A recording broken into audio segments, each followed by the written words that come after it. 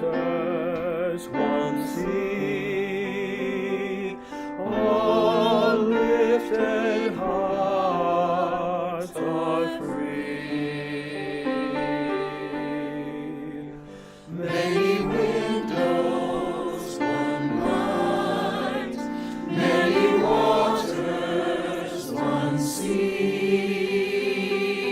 all lifted hearts are free.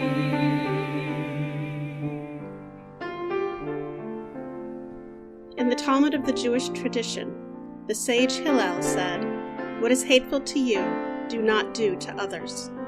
This is the whole of the law. All the rest is commentary. In the Hindu legend of the Mahabharata, the divine Krishna declares, "This is the sum of duty. Do nothing unto others which would cause you pain if done to you." It is written, it is taught, may it be so.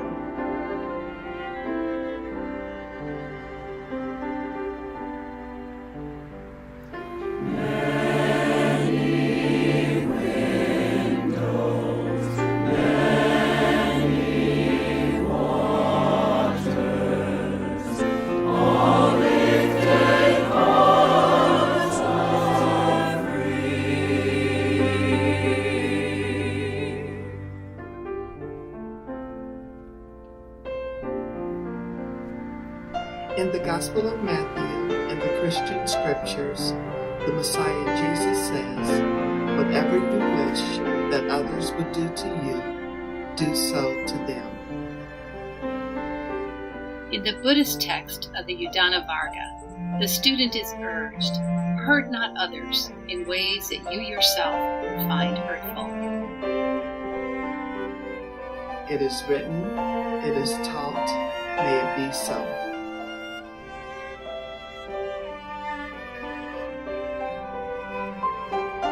Many windows one light, many waters one sea, all lifted hearts are free.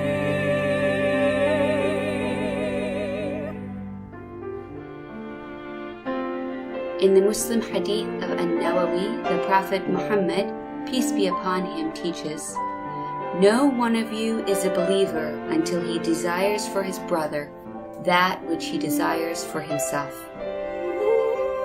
Baha'u'llah, prophet and founder of the Baha'i faith, wrote, "And if thine eyes be turned towards justice, choose thou for thy neighbor that which thou choosest for thyself." It is written, it is taught, may it be so. Welcome to this Baja 4 collaborative worship service. My name is Nina Tali and I'm a member of UUCT. Whenever you're joining us, wherever you are worshiping from, you are welcome to bring your whole self here now. We are the Baja 4, representing Unitarian Universalists across southeastern Arizona. As Unitarian Universalists, we love beyond belief and find inspiration from a wide array of spiritual, religious, and secular sources. We come together as Baja 4 because we know we are stronger together. We represent Borderland Unitarian Universalists in Amado, Sky Island Unitarian Universalist Church in Sierra Vista, Mountain Vista Unitarian Universalist Congregation in Northwest Tucson, and the Unitarian Universalist Church of Tucson on the east side of Tucson. We take inspiration from the landscape around us. We find in our desert stories of resilience and change, beauty and interconnection, death and life. We acknowledge that this land that was stolen from the Chiricahua Apache, Pascua Yaqui, Udam, Opata, people who are the indigenous ancestors of this land, are neighbors today. Please take a breath with me to express your gratitude for all the indigenous people who have stewarded this land for thousands of years and continue to do so today. Breathe in, breathe out. Today's service is the first of 4 this month, prepared by UUCT Worship Associates, as our ministers enjoy a well-deserved break. Our July theme is Embracing Diversity. I am UUCT Worship Associate Howard Tolley, who volunteered to lead the Independence Day service based on my years teaching political science and advocacy for racial justice. For opening words, I'll read a selection from Amanda Hill's poem, The Hill We Climb. That was a highlight at President Biden's inaugural in January, urging us to put aside our differences. When day comes, we ask ourselves, where can we find light in this never-ending shade? And yet, the dawn is ours before we knew it. Somehow, we do it. Somehow, we've weathered and witnessed a nation that isn't broken, but simply unfinished. So we lift our gazes to what stands between us, not to what stands between us, but what stands before us. We close the divide because we know to put our future first, we must put our differences aside. We lay down our arms so that we can reach out our arms to one another. We seek harm to none and harmony for all. The words for our chalice lighting this morning were written by Reverend Eric Walker Wickstrom under the title, So That We Might Together Shine. When we light our chalice, everyone focuses on the flame, yet it is the paraffin of the candle, the cotton of the wick, the potassium chlorate and sulfur of the match, and the oxygen in the air around us that makes that flame possible. As leaders, we are not called to be a lone beacon on a hill. Rather, we are meant to work together so that we might together shine.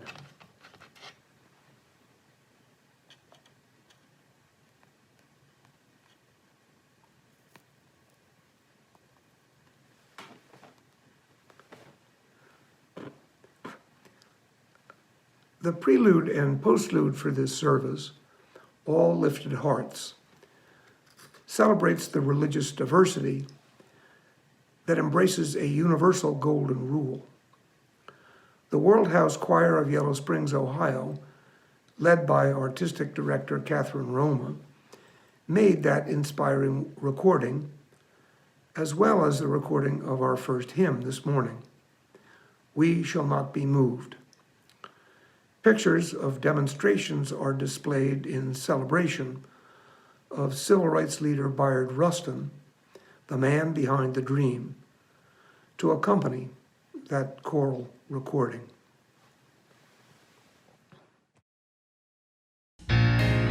We shall not be moved.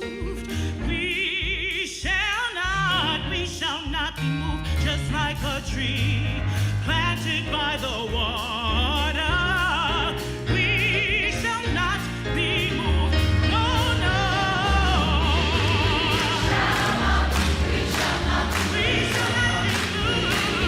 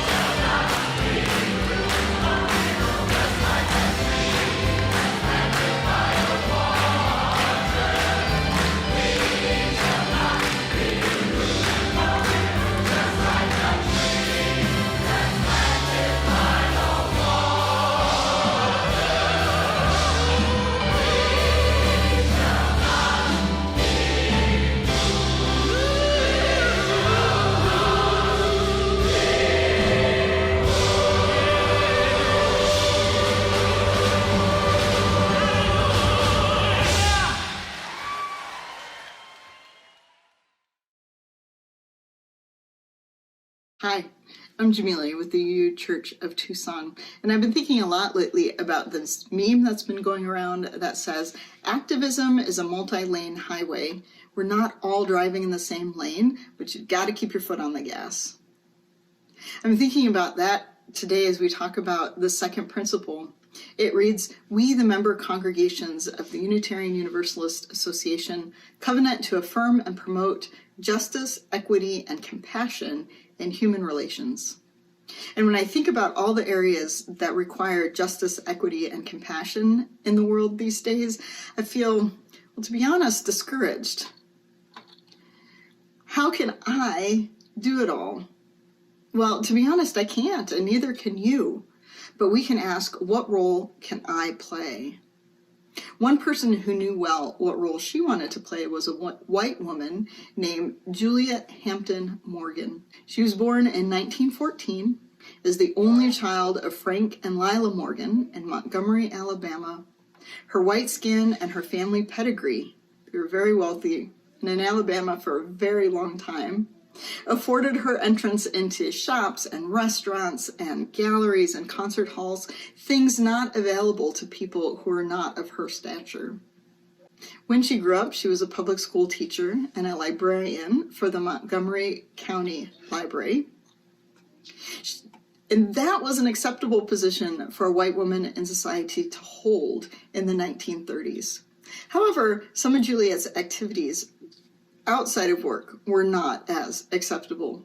For example, she belonged to an interracial prayer group. The group met only in black churches because the white churches wouldn't allow them to meet. Many of Juliet's friends and family members did not understand her desire to belong to this group. One seemingly insignificant thing separated her even further from her friends who lived lives of privilege. She had severe anxiety attacks. These attacks prevented her from learning to drive. So she rode the city buses everywhere that she needed to get. And on those city buses, she saw people of all races and all classes. She writes about one time when she saw a white bus driver, quote, use the tone and manner of mule drivers in their treatment of Negro passengers. And while we don't use the word Negro anymore, we clearly understand how awfully that bus driver treated the passengers of color.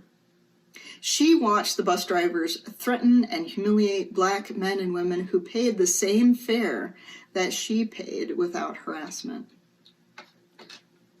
One morning, Juliet tells the story of how she rode the bus and she watched a black woman pay her fare and then leave the front door of the bus to go to the back door of the bus, as she was expected to do, in order to ride in the back of the bus. As soon as the woman stepped off, the white bus driver pulled away, leaving the woman behind, even though she'd already paid her fare.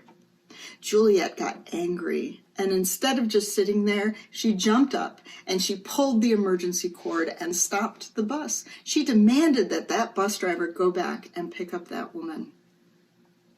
No one on the bus could believe what they had seen. That was not something that people did. Bus drivers were allowed to get away with the mistreatment of black passengers. In the days that followed, Juliet pulled the cord every time she saw a black passenger be left behind or mistreated, effectively stopping everybody's bus route. And of course, the bus drivers were angry, city workers were angry.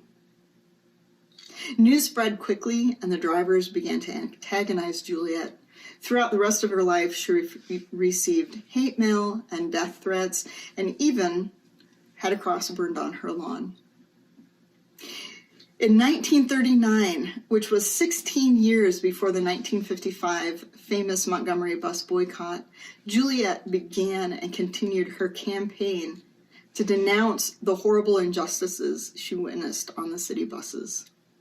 Her last letter was published in 1957 in the Tuscaloosa News, where she thanked the newspaper editor for his opposition to a council of local white men that he believed was contributing to continued racial violence. She wrote, I had begun to wonder if there were any men in the state, any white men, with any sane evaluation of our situation here in the middle of the 20th century, with any goodwill, and most especially with any moral courage to express it. Why is Juliet's story important? Because the stories of women and the stories of anti-racist white people cannot be left out of the teachings of the civil rights movement. The American civil rights movement was and continues to be a movement of the people, and we are the people. And Juliet Hampton Morgan was an ally. She was someone who supported and stood up for the rights and dignities of others, even when it wasn't safe for her to do so. Her story provides a powerful roadmap for us today. So the question is, what's your lane? What justice, equity, and compassion can you bring into this world? Where can you lend your voice as an ally? Where are you a leader? Everything, big and little, help us to create the beloved community that we all dream of. Now for a serious reading from one of our nation's greatest orators, Frederick Douglass, a fugitive slave who was reportedly the most photographed individual of the 19th century, as he sought to display a dignified image that offset the humiliating depictions of men of color disseminated by white supremacists. Invited to address a northern white audience celebrating Independence Day in 1852, Douglass asked, "What to the slave is the 4th of July?" Fellow citizens, I am not wanting in respect for the fathers of this republic. The signers of the Declaration of Independence were brave men. They were great men, too, great enough to give frame to a great age. It does not often happen to a nation to rise at one time such a number of truly great men.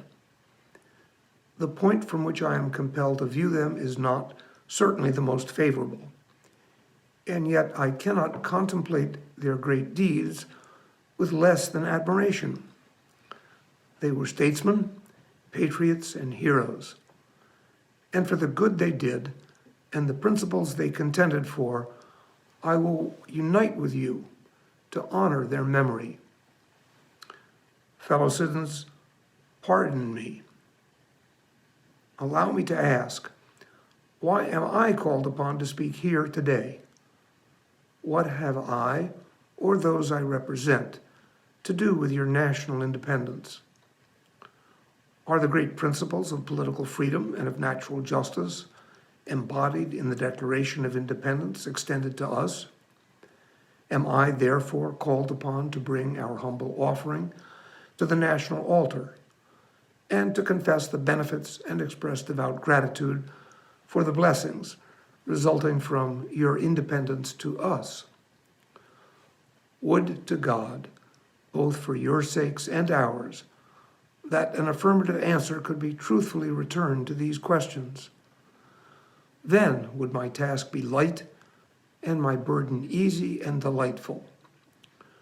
For who is there so cold that a nation's sympathy could not thankfully acknowledge such priceless benefits? Who so solid and selfish that would not give his voice to swell the hallelujahs of a nation's jubilee when the chains of servitude had been torn from his limbs? I am not that man. In a case like that, the dumb might eloquently speak and the lame man leap as an art. But such is not the state of the case. I say it with a sad sense of the disparity between us. I am not included within the pale of glorious anniversary.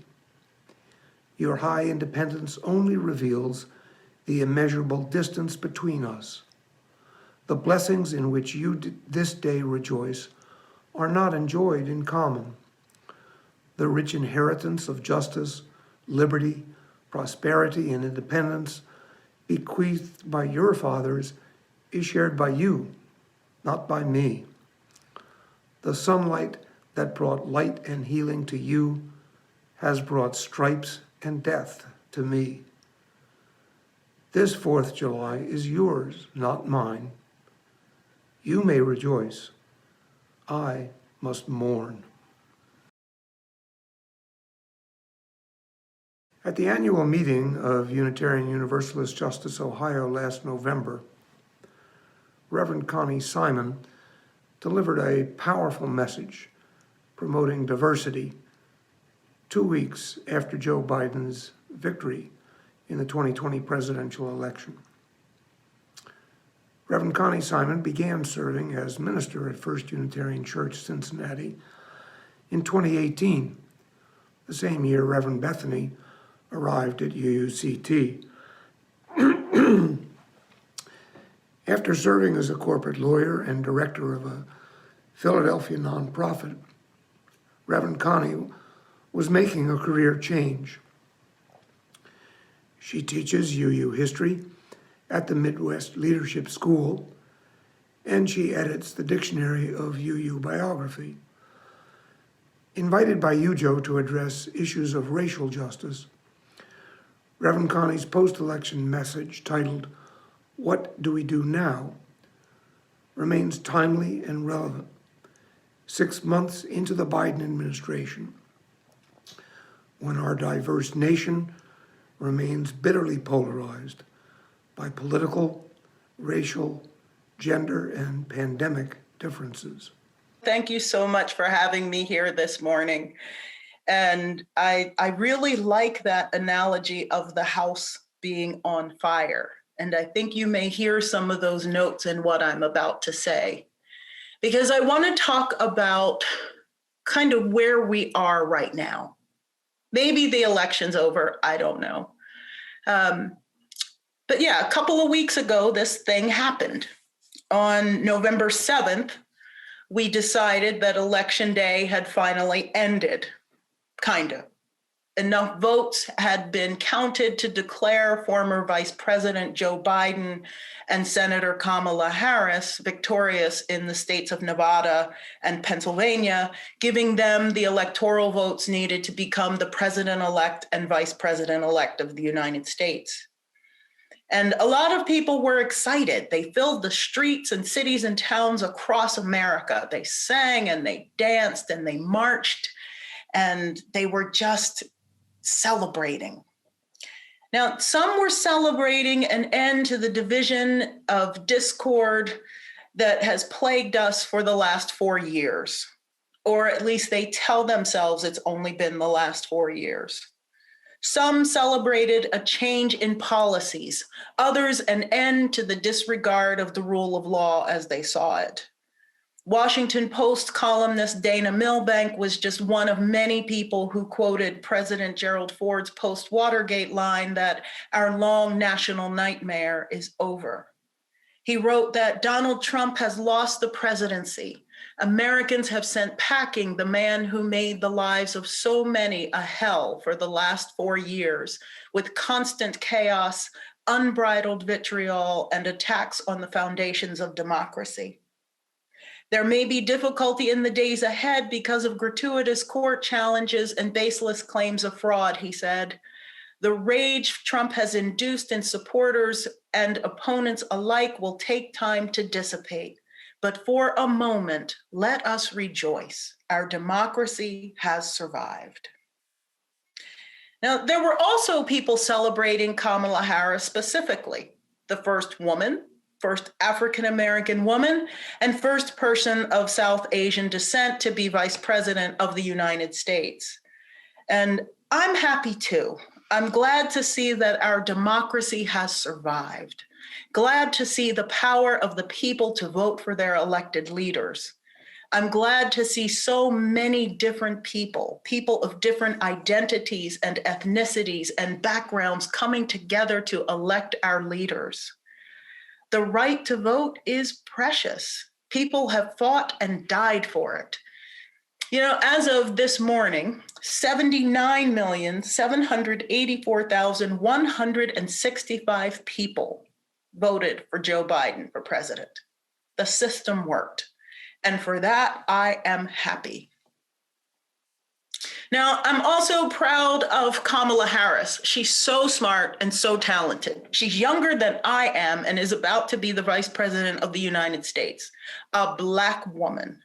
A friend texted me a picture of all the past vice presidents of the US, kind of in a block of small squares of black and white photos, like a yearbook. All these white men, and then this full-bodied color shot of Kamala Harris leaning against the block of pictures. I am so proud of her. And there's another group of folks who are happy, the ones who are happy because we won and they lost. I get it. I truly get it. The fervor, the passion, the commitment to a particular political party or a cause. And over a period of time, I suppose it can create a sense of us versus them. But I gotta tell you, it troubles my mind and it doesn't sit well with my soul at all. I consider Donald Trump to be a crude, vulgar narcissist who has had some economic and professional success in life and whose views on many issues, including race, class, the economy, climate change, and the coronavirus, are wildly inconsistent with mine. And 73,763,979 people voted for him. They can't all be racist, xenophobic, transphobic, horrible people, can they? I don't think so. Those 79 million people who voted for Biden, are they all anti-racist, inclusive, welcoming, and wonderful people? I don't think so. Not all Biden voters are good people, and not all Trump voters are horrible people. They were just as passionate, just as committed to their candidate as Biden supporters were to theirs. Just because someone voted for Donald Trump doesn't make them evil. Look, racism, homophobia, transphobia, etc., are never okay. But isn't it okay to have different views on policy? Different approaches to solving problems? They are not bad people any more than we are good. They are not wrong any more than we are right. That's the universalist in me talking. Now, I can hear some of you screaming at me right now through Zoom, Reverend Connie, Donald Trump is horrible. He won't concede the elections. Republicans are enabling him. He does terrible things. You just don't understand. Trust me, I get it. I'm not completely naive. But I'll tell you this, my faith tells me that the first thing we've got to do is calm down. In what I guess can be called his victory speech, Joe Biden said, "For all those of you who voted for President Trump, I understand the disappointment tonight. I've lost a couple of times myself. It's time to put away the harsh rhetoric, lower the temperature, see each other again, listen to each other again.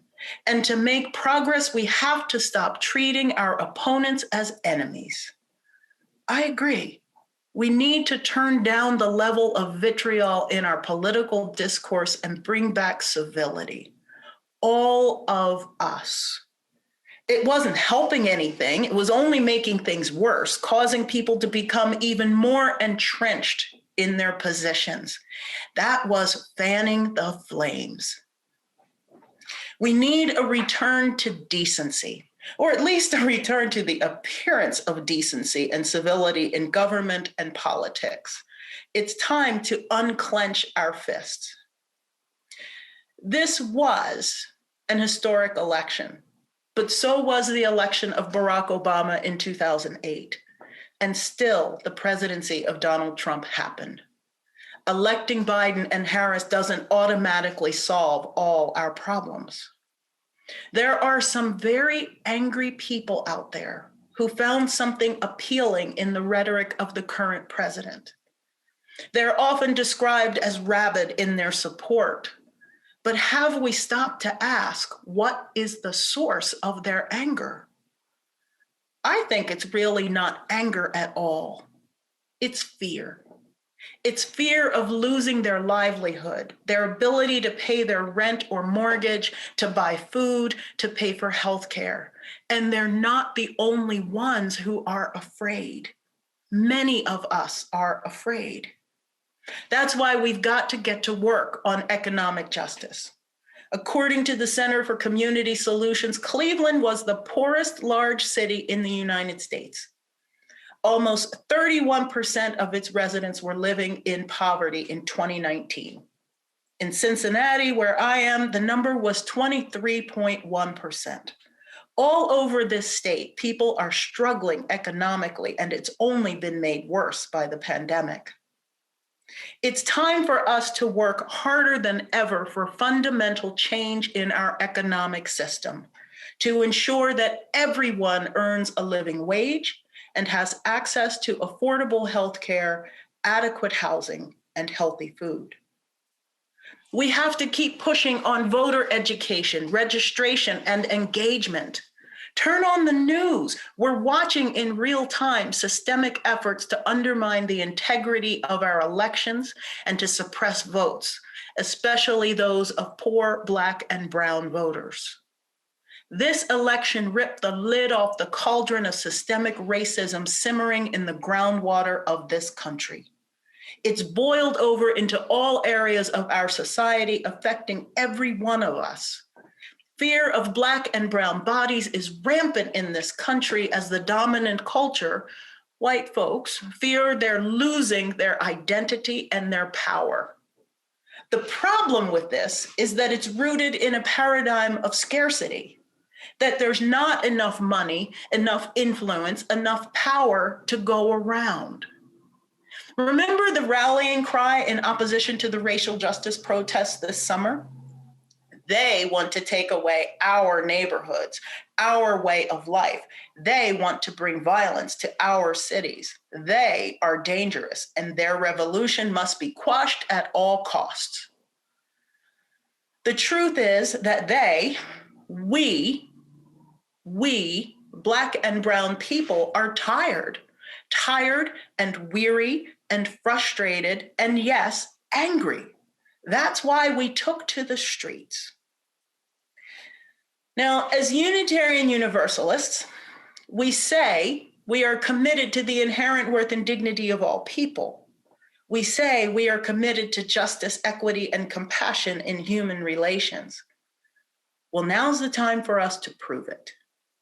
Unitarian Universalists must continue to work to dismantle white supremacy culture in this country. We must continue to examine our existing systems and identify the places where whiteness and white culture are privileged. We must continue to do the hard work of personal reflection and introspection that will allow us to see where we are vulnerable to exploitation by regimes such as the current administration, that want to exploit people's fears and cause them to turn against their neighbors. We must continue to educate ourselves in anti-racism and take what we learn to heart by living into our UU theology, our principles, and our core values. We need to empower the voices of those who have been marginalized for too long. Black and brown people, Indigenous people, poor people, disabled people, and LGBTQ folks. It's time to center their experiences. I'm not saying that the experiences of other folks aren't important. I'm saying that right now we must be committed to the liberation of those who have been marginalized. And that means centering their experiences, hearing their voices, and listening to their pain, because their pain is our pain. If we are all truly interdependent beings in an interconnected web of life, that must also mean that none of us are free until all of us are free.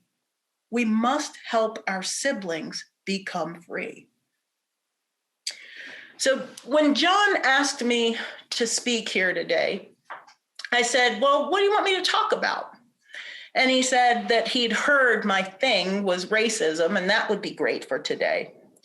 And while I hope I haven't disappointed him by talking about things besides race, it's true that racism is one of my things. Look at me. Because of the color of my skin, I bring the issue of racism with me wherever I go. My first career was as a tax lawyer. For years, I was one of only a handful of women and the only Black woman doing corporate tax litigation in Boston. In my second career, I did finance and regulatory work for a large telecommunications company. My job involved meeting with mayors in Eastern Arkansas, North Mississippi, and West Tennessee cities and towns. Believe me, I know racism. I've seen it. And now I move in UU spaces where there tend not to be many people who look like me. Did you know that there are fewer than 10 Black women ministers leading UU churches in our entire denomination? Actually, I think the number's only like 7 or 8. I can count them by name. So I get it. Wherever I go, people want me to talk about racism. But right now, I'm not sure that's the biggest flame. It's a big one, but I'm not sure it's the biggest flame. We can't even begin to tackle racism with those 73 million Trump voters right now. Many of them simply aren't in a place to hear it. We've drawn the battle lines too deep and too wide. So what now? What do we do now with these folks who are angry or scared, who put up a new Trump sign for every Biden sign you put out? What do we do with those who were disinterested or disenfranchised in this election, who didn't vote at all? We can't just throw them away. They're our family, our neighbors, our coworkers, and our friends. So liberals, I tell you, this is not the time to gloat over our victory. This is not the time to be vindictive or antagonistic toward political opponents. This is not the time to perpetuate those attitudes of us versus them. This is the time to reach out to one another. As long as white folks are fighting each other, you're not in a position to do anti-racism or anti-oppression work. Truth be told, what you're doing is oppressing one another, othering one another by passing judgment and pasting labels on each other. Before we can make big systemic change, we, all of us, have to at least be able to talk to one another in a civil manner. It's time to extend an olive branch and start that healing process. It's time to stop using liberal and conservative as dirty words. It's time for dialogue and reaching out to those who are disenfranchised and those with whom we disagree, mending our friendships and our family relationships. Only then will we be able to come together to solve our big problems, to work together, to be flexible and innovative and find creative solutions to these ugly issues that have plagued us for years.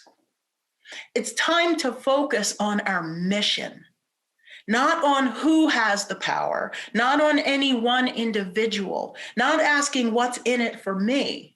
It's time to focus on who we want to be as Americans and as global citizens.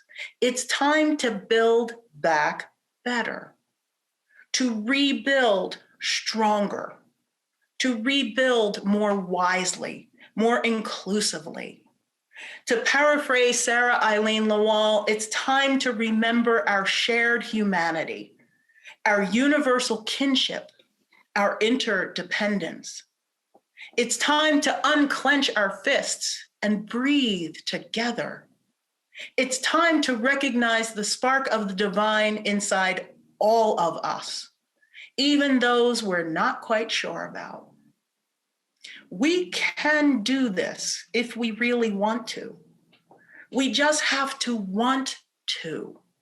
We have to want to survive, want to live, want to build better. We've seen democracy in action. Can you imagine how much more we could accomplish if we infused our democracy with inclusion and love and compassion for all? If we work together for our common good? It's time for we the people to seek that thing which unites us. Somehow it seems appropriate to end my remarks today with comments from former President Barack Obama. He said, "It will be up to not Joe and Kamala, but each of us to do our part, to reach out beyond our comfort zone, to listen to each other, to lower the temperature, and to find some common ground from which to move forward." I couldn't have said it better. Thank you.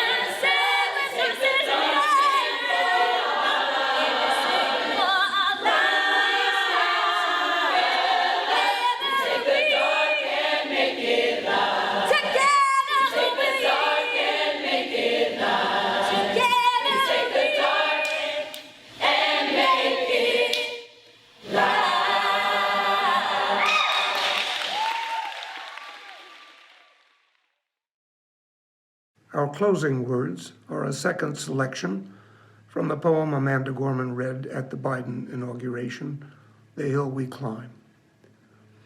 So let us leave behind a country better than the one we were left. We will rebuild, reconcile, and recover in every known nook of our nation, in every corner called our country. Our people, diverse and beautiful, will emerge battered and beautiful. When the day comes, we step out of the shade aflame and unafraid.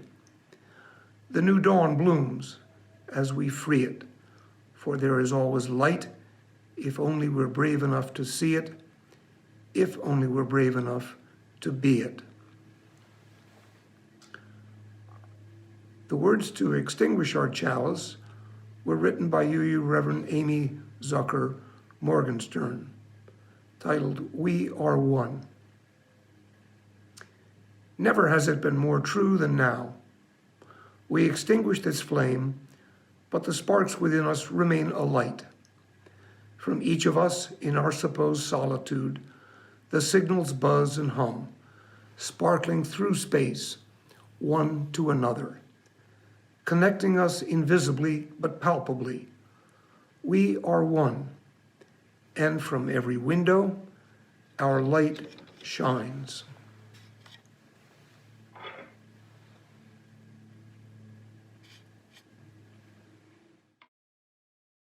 Many windows, one light, many waters, one sea.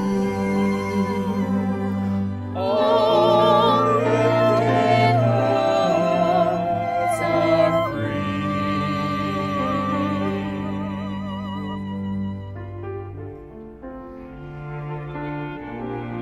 The Oglala Lakota spiritual leaders, Black Elf, wrote, "All things are our relatives. What we do to everything, we do to ourselves."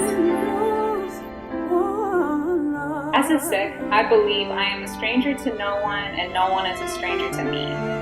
Indeed, I am a friend of all. It is written, it is taught, may it be so.